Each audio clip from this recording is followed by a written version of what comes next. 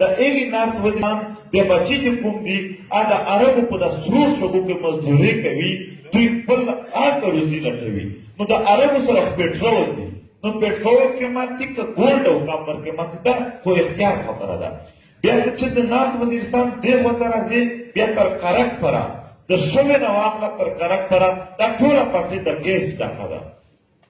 نیچرل ګیس چې کوم موږ ورته وایو دا په دې اوس وختونو کې ډېر مهم شی دی نیچرل ګیس فیکټري هم په دې چلېږي او کورونه هم او ټول نظام په دې باندې روان وي خو که تاسو ته معلومه وي په دې اوس وختونو کې په ونو کې پایپونه وایستل شول هغې څه یې په راواستل چې یاره ډایرکټ پنجاب ته روان وو هغو خلکو ته په دې کې څه نه ورتلل داسې د کرک لکې مروت چې کوم دی دا د یورینیم ډکه ده ته چې لږ دې خوا راځې او رکځۍ ګورمه تر کوهاټ پره دلته بیا قیمتي تیږې هم دي او لرګي دي چې دې خوا راشې دره نمخې دا بیا دا کویلې یو لیر شروع شي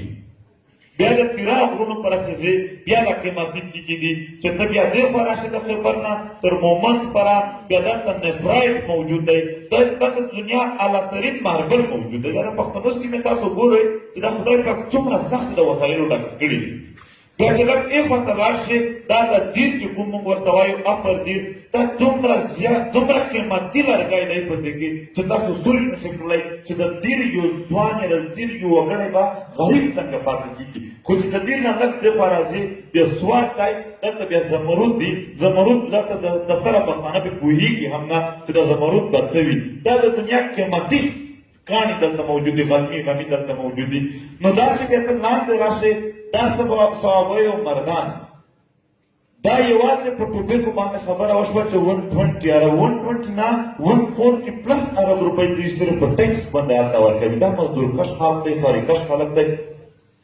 بیا په دې صحابه کې چې کومې اوبه راځي یاره د پښتنو چې کومې اوبه دي بیا چې کومې هلته بجلي پیدا کېږي څومره دا ریسورسز دي دومره بجلي پیدا کېږي چې د ټول پنجاب فیکټري به هغه دلته د پنجاب خبره کېږي د پنجاب موږ ته د نسل په بنیاد د شکل په بنیاد د خوراکونو په بنیاد خلاف نه یو پنجاب خپل معیشت په دوه شیانو پوره کړی دی یو انډسټري ده صنعت یو اګریکلچر دی انډسټري یې زموږ په بجلو باندې او اګریکلچر یې زموږ په اوبو باندې آباد دی یعنې دوی زموږ استحصال وکړي ځکه تاسو د عربو ډېرې سختې مزدوري دي د عرب په خاوره خو چې ته هلته وګورې نو په سل کښې به د پاکستان شناختي کچا لره نو 90% به هلته پښتانه وي یو ذلیل ژوند دی یو تباه ژوند دی خو یورپ لږ ښه ژوند دی بیا په یورپ کې چې د پاکستان شناختي کارت ګورې بیا به 90% دوی وي حالانکې دلته 75% آبادي یې دوی ده 15% یې موږ ده نو په کار خو دا وه چې دوی هلته په عربو کې زیات وایي خو دوی خپل ارزه دلته پوره کړي دي موږ دا نه وایو چې دوی دې نه پوره کوي دوی دې پوره کوي خو د پښتنو د استحصال په بنیاد نه چې دوی وسایل ولوټل شي کرک ضلع ده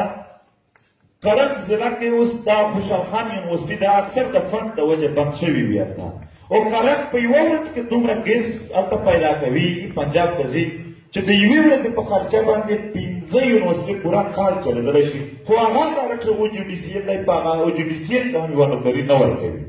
تاسو ته وګورئ لکه مروت کې د یو غریب سړي دومره ځمکې دي دومره چې په بل ځای کې د خان هم نشته دی خو هغه لکه مروت ته دوی اوبه نه ورځي کوي ځکه هم چې کتل لکه مروت او کرک آباد کې بیا به خلک په EFC کې نه برته کېږي نو هلته به د بلوچو سره بیا پنجابی خپل جنګ کوي خپل نه کوي